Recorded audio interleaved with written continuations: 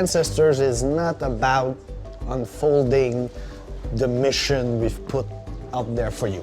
It's you, your curiosity that is driving the show. Because in Ancestors, the Humankind Odyssey, there is no minimap and there is no map at all. It was important for us that the player is actually, again, the one mapping, the one discovering, the one exploring, and not us helping through that journey, through that odyssey a lot. And you'll have to really actually go down into your instinct in order to play the game. The more you're curious and you test and you experiment, you'll see the game opening up for you. I get surprised by the game every single time I play because I'm trying new stuff. It's a game, there's still boundaries, right? But you can go pretty much anywhere you want. We've created a world for you, right? And then you're kind of like the co-creators of the experience. There's like, everything is kind of like there, and it's up to you to be curious and find what's in it.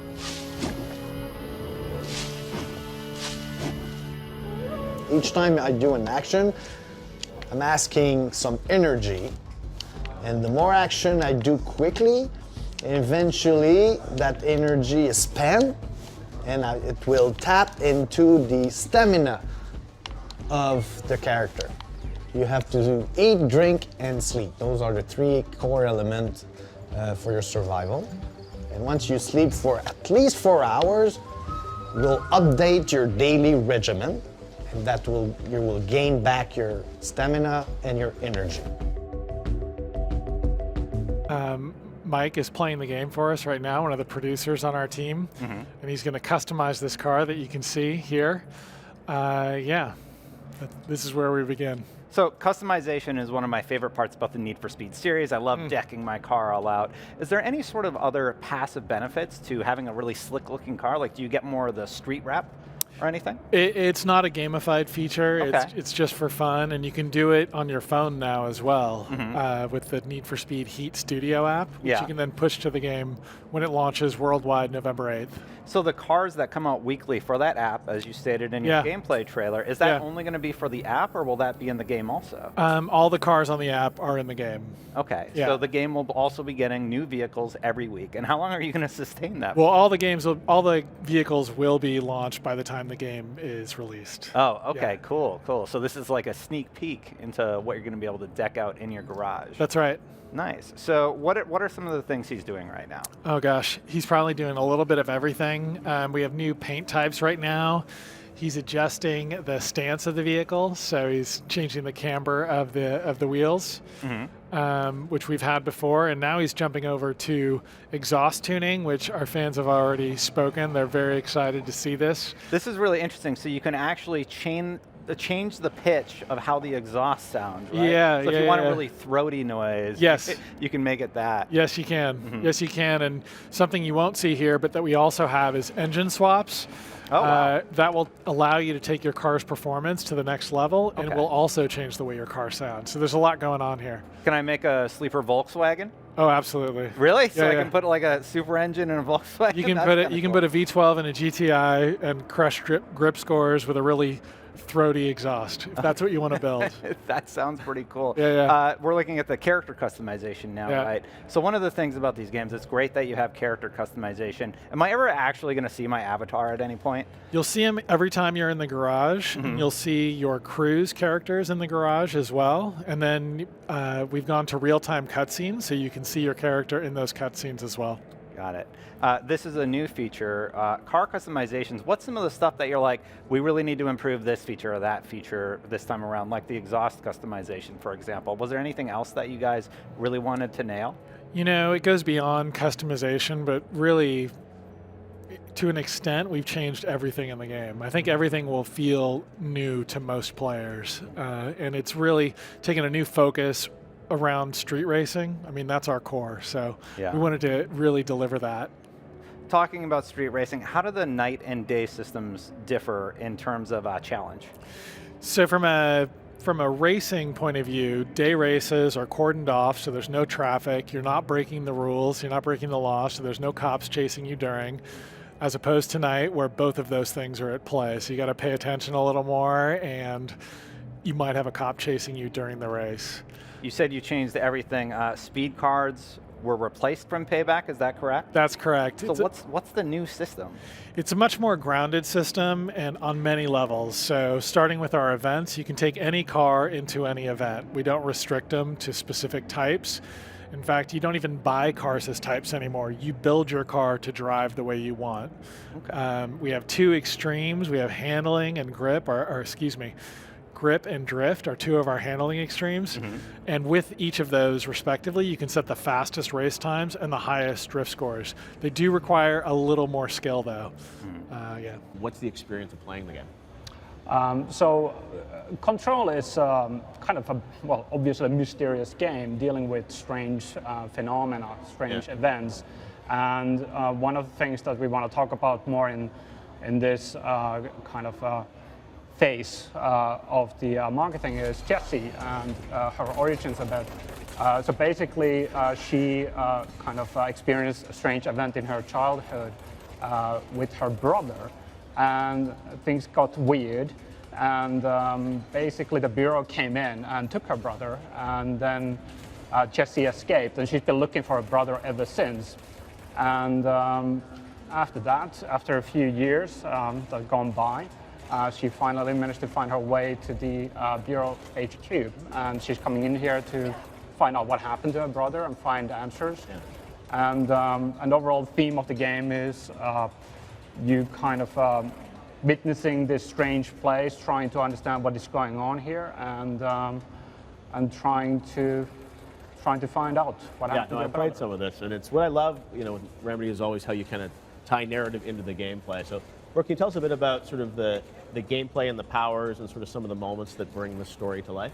Absolutely. I mean, one of the things that I love about this mission is Jessie has to lift the internal lockdown and find other members of her management team.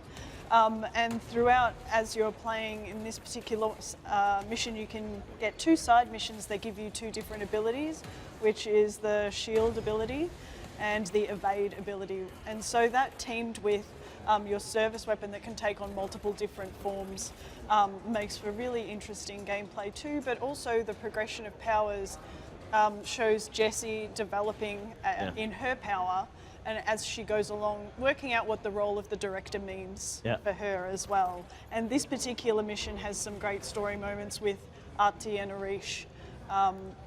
Artie being the mysterious janitor around the oldest house, and Arish is the security chief who helps Jessie out on this particular... Well, you guys are always known from even the line walking back in Max Payne back in the day.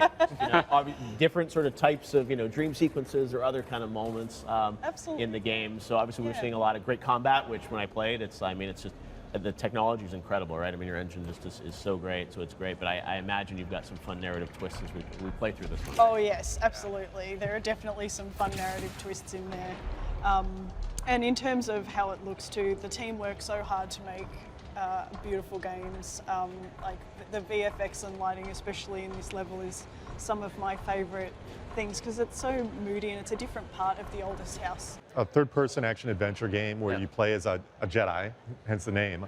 And actually he starts as a Padawan early in the game. During Order 66, it's the moment that happens in episode 3 where all the Jedis are basically massacred. And the few that are remaining are hunted down. Yeah. And so Cal, after Order 66, he actually escapes and he goes into hiding for years. Yeah. And then an event happens in the game that forces him to expose himself, and then he finds himself on the run. Yeah. So he has to, on the run, he has this, he partners up with this former Jedi who has this idea it's kind of a long shot to restart the Jedi Order. Wow. And he doesn't really trust her, but what he does want to do is complete his training, because that's going to help him survive. Wow. No, I got to say, it looks incredible. Unreal Engine, just amazing visuals, and the gameplay is also incredible. I got to go on the sticks and play some of this, and it's a intense combat-driven game. I know in some of the interviews you've been talking about how it's got elements of Metroid and sort of some backtracking and whatnot. Tell us a bit about your vision. It's not just a straight linear playthrough. No, it's not. Our main pillars are thoughtful combat, one, and that's happening with lightsabers and force powers. Yep. And then we have agile exploration, which is basically beyond human exploration. Once again, works with the force. But the last one that's really important is our Metroidvania design, which means the player actually has access to several planets in the game and can jump to them at free will, and is only limited by powers. Wow. So you might find a power or a pickup on one planet that opens up something on the other planet. And on that planet, you might find another one that opens something up on the planet you were just at. And it all kind of spirals from there. So the players have a lot of choice.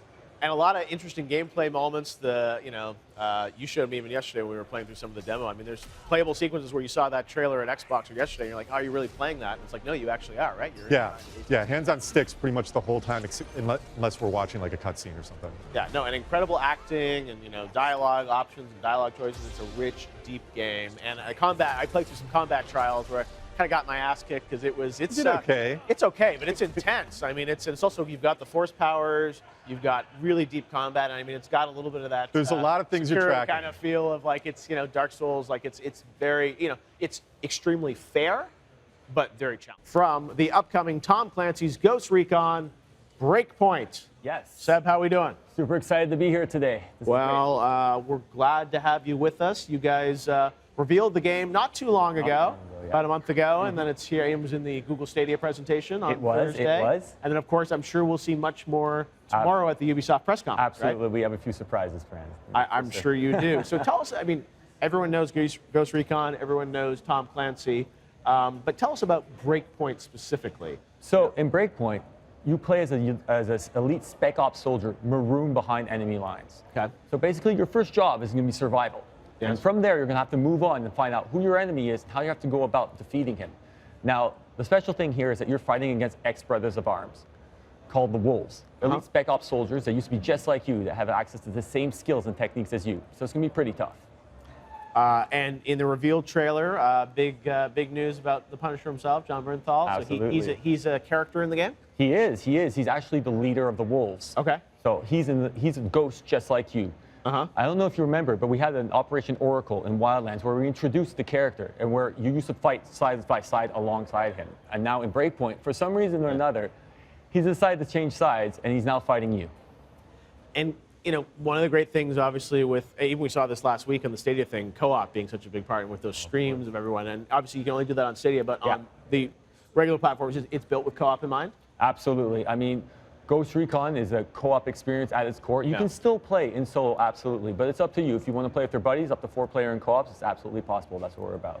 So tell us a bit about kind of the mechanics. Obviously, Ghost Recon's known for the incredible gadgets and moments and whatnot. What can you tell us about sort of the gameplay, survival mechanics, the types of gadgets and devices we'll get to use? So, well, the gadgets are a good start. So, all new in Ghost Recon Breakpoint is the ability to choose your class. And depending on which class you use, you'll have different items available to you and specializations. On top of that, we've added a bunch of new items. For example, wire cutters to get through fences and stuff like that, which were asked for by us for the community after the first one. So we just added a lot more tools, and you're going to need them when you're fighting the wolves.